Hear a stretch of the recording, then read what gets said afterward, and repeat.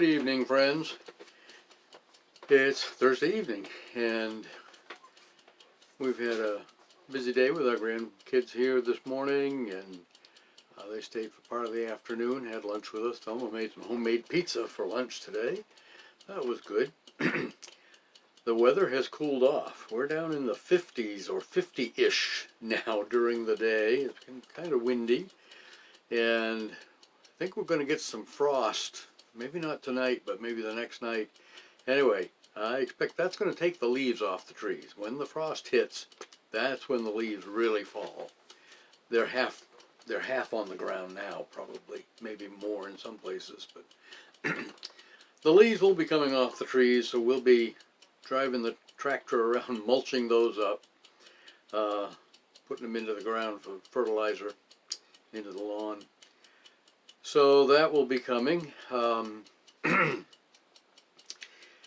I don't know how many of you follow precious metals, but yesterday gold passed the $4,000 an ounce mark for the first time ever. And what that indicates is that our currency is going downhill, is losing value. Gold doesn't change. An ounce of gold is an ounce of gold. It's always been an ounce of gold. But when it takes more dollars to buy one, that means the dollar has lost value. And today, silver, the shiny metal, the yellow metal and the shiny metal, silver passed $50 for the first time, maybe for the first time ever. It's gotten very, very close, or at 50.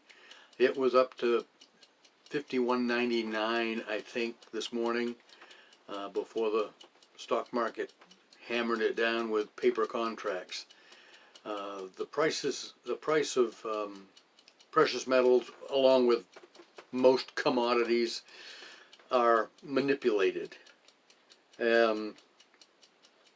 Manipulated by the powers that be.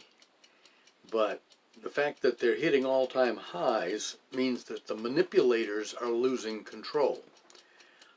And people with money, the very wealthy among us, are buying gold and silver and other commodities, land, hard assets that will hold their value when the financial world is reset, when our economy, our economic system resets with a new currency, which is coming.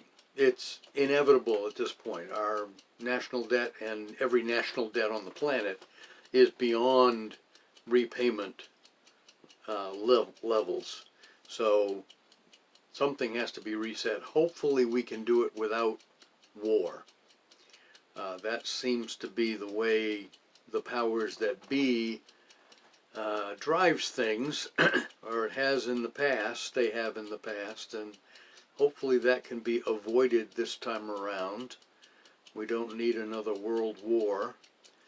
We just need to get some sensible people in positions of control, I guess, where they can make some good decisions and back away from the cliff and just bite the bullet, take the big pill, whatever, and go through the pain, because it's going to be a painful experience for a lot of people. I know Thelma and I have lived through a couple of bad financial periods, but we didn't notice because we didn't have anything. So we were hand to mouth then, and we're not much better than that now. But when you don't have a lot, I don't think you notice so much, because we didn't have a tremendous amount of debt either. When you have a lot of debt, that's a problem. I pity you if you have a lot of debt, but you know, you got to get rid of that stuff. and it might be too late. So I don't know. I don't know what's going to happen. Nobody knows what's going to happen. We're going to find out together.